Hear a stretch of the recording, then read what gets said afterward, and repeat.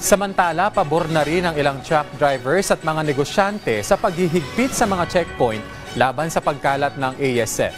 Si Vel Custodio sa sentro ng balita.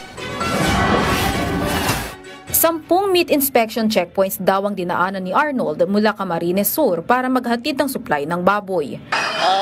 Kompleto po kami ma'am na papel bago kami bumiyahe galing ng papers lang, mga papers. Oo, kompleto. May vaccine po yan ma'am. Kaya naman, hindi na siya natagalan sa mga checkpoints. Inihatid niya ito sa letyunan ni Mark sa Laloma, Quezon City. Bagamat abala para sa kanya ang pagpuproseso ng mga dokumento kasunod ng ginagawang paghihigpit, nauunawaan naman niya ito dahil mas mahalagaan niya ang kaligtasan ng mga consumers mula sa karne na may sintomas ng African swine fever. Kaso kami mga business owner dito, lalo na kami mga traveler na naghahaging, mahirapan kami kasi mahigpit masyado. Yung necessary papers, napakamahal kasi. Mas mahalaga yun kasi para masigurado natin yung kalidad ng baboy na safe yung mga tao. Ayon naman sa presidente ng Lechoneros Association sa Laloma na si William Chua, hindi naman naging sagabal ang mga checkpoints at nagkaroon ng delay sa delivery ng supply.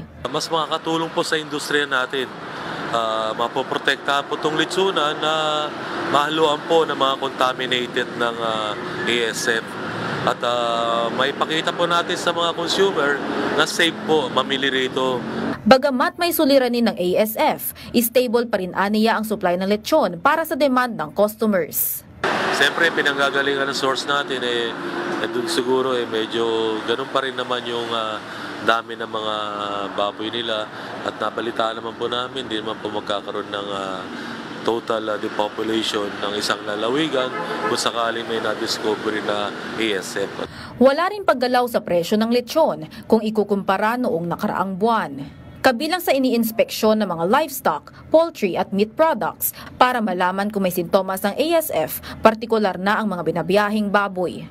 Kinakailangan na may shipping permit na maipakita ang mga driver. Tinitignan din kung tugma ang bilang ng mga baboy na nakasaad sa permit. Pinangungunahan ng mga kawani ng Bureau of Animal Industry, City Veterinary Department, mga pulis at barangay ang meat inspection sa Laloma.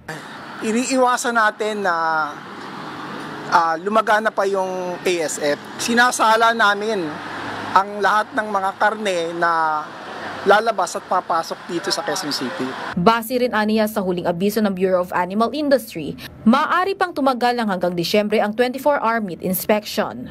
5 ang inspection sites sa Quezon City, kabilang ang Laloma na isa sa mga boundaries ng QC at Manila. May ipinakalat din na checkpoint sa ilang bahagi ng Maynila at Valenzuela City. Kalat na rin ang checkpoint sa labas ng NCR, gaya sa Quezon Province, Laguna, Batangas at Cavite.